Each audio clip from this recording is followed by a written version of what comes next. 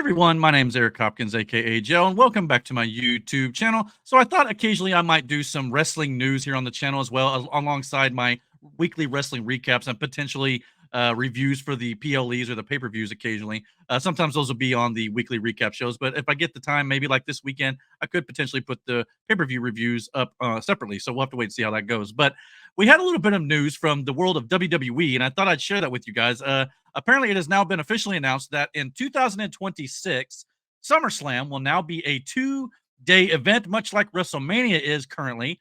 Yeah, I'm not so sure how I feel about this, to be honest with you. I feel like WrestleMania doing it, I mean, they were kind of doing the Wrestle Kingdom thing that New Japan Pro Wrestling puts on. And I think it works pretty well for WrestleMania, even though a part of me feels like it's a little bit of overkill, especially when WWE and WrestleMania this year, especially, focus so much on commercials and ads and product placement. It just felt like it was a shell of its former self. It wasn't the WrestleMania I grew up on. It was almost like they were just trying to fill time with all these different sponsors and stuff, which I understand it's like the Super Bowl in that regard, to where everybody wants to get their brands on the show to get the product placement. I totally get that. But at the same time, as a wrestling fan, I want to see my pro wrestling and I want to see the storylines play out, which we do get, but it just feels like, on a 4 or 5 hour show each night, it feels like it's just, you might get an hour and a half of wrestling. And to me, that's just not the way it should be, personally. But I mean, if WWE wants to do this with SummerSlam, I guess it's not that big of a deal. I'm not going to hate it too badly, as long as you don't do it with every big show. I know WWE used to be known for their big four pay-per-views: the Royal Rumble, WrestleMania, SummerSlam, and Survivor Series. Survivor Series is kind of taking a bit of a step back, even though Hunter is trying to kind of bring life back to it by introducing War Games to be an annual thing there, which I think works great for the Survivor Series. But I just don't know if we need to do this for everything. Obviously, the Royal Rumble is a big show, and I guess you could headline each night with one of the Rumbles, but I just don't know if I want to see this, become a trend. But for 2 shows a year, and this is not going to be for another 2 years, so we'll just have to wait and see how the next couple of years go. I guess I kind of understand it, but I just worry that it's going to become a little bit of overkill when it comes to the other big shows throughout the year. Rumble, I almost understand it more than I could for SummerSlam, even. But SummerSlam was one of the OG Big Four pay-per-views as well, so I get it. I don't know. I just don't know how a lot of fans are going to take to this, because a lot of people feel like WrestleMania is a little bit too long as it is. So we'll have to wait and see, I suppose. But what do you guys think? Let me know down in the comments. Also, speaking of SummerSlam, we got, before we get into SummerSlam of 2026, we got SummerSlam of this year coming up to us on August 3rd in Cleveland, Ohio, here at Cleveland Brown Stadium.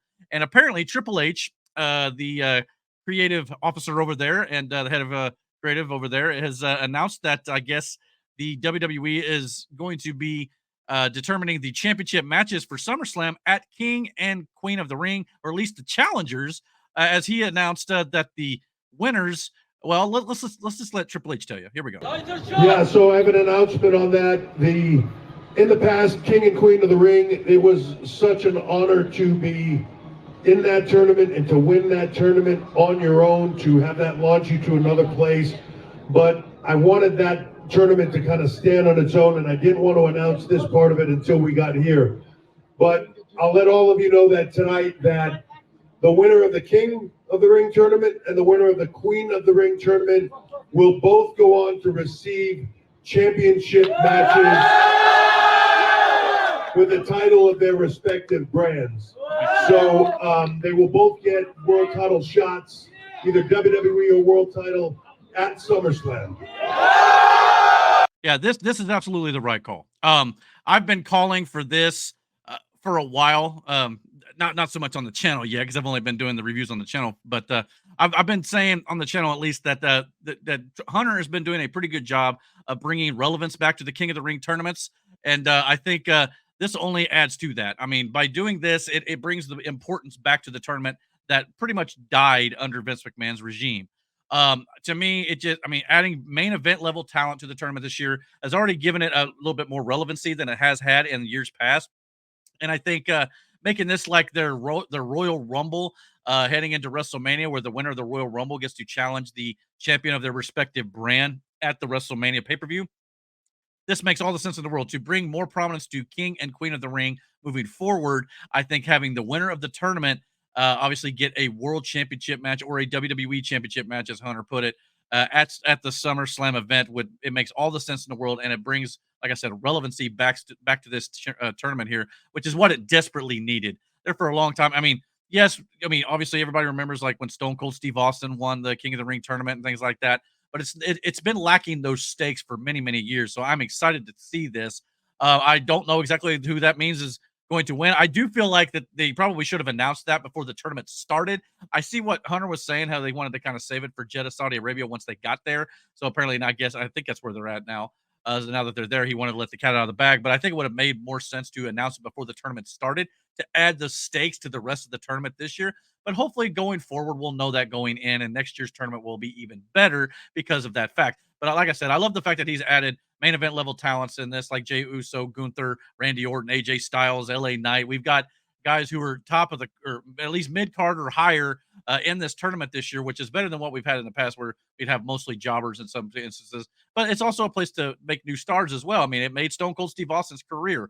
Owen Hart was another big one that won the tournament, and many others. Triple H won it at one point.